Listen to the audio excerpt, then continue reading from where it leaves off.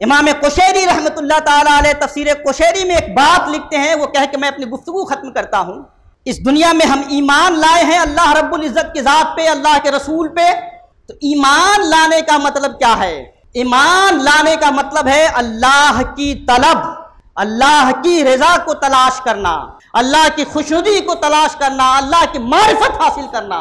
ये ईमान लाने का मतलब है। और जिसके दिल में अल्लाह की तलब जाग जाए, जिसका मकसूद अल्लाह की रज़ा हो जाए, जिसका मकसूद अल्लाह तबारक व तआला का मुशाहिदा हो जाए, वो तो हमादम इस फिक्र में रहेगा कि कैसे वो काम करूं जिससे हमारा रब राजी हो जाए।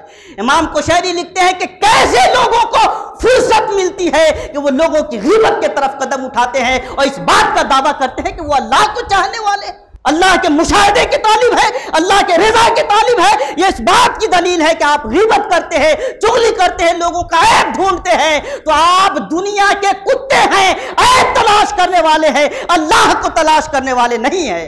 जो अल्लाह का तालिब होगा वो अल्लाह के तलब में लगा होगा, हर उस काम में लगेगा जिससे अल्लाह राजी हो, जिसका अल्लाह ने हुक्म दिया है। उस काम में वो लगेगा ही नहीं जिससे अल्लाह ने मना किया, उस काम में लगेगा ही नहीं जिससे अल्लाह ने मना किया। तो हमारा ताल्लुक हमारे रब से ऐसा मजबूत होना चाहिए कि हमारे और रब के दरमियान कोई पर्दा हायल ना हो। अल्लाह के नबी फरमाते हैं ताबुदल्लाह का अन्नक तरा, तुम अल्लाह की इबादत इस तरह करो कि अल्लाह को देख रहे हो। और ये कैफियत पैदा ना हो तो ये तो कैफियत रहे कि अल्लाह हमें देख रहा है, अल्लाह हमें देख रहा है। तो अल्लाह से ताल्लुक भी मजबूत करे, अल्लाह के बंदों के साथ भी मजबूत करे। सारी इंसानियत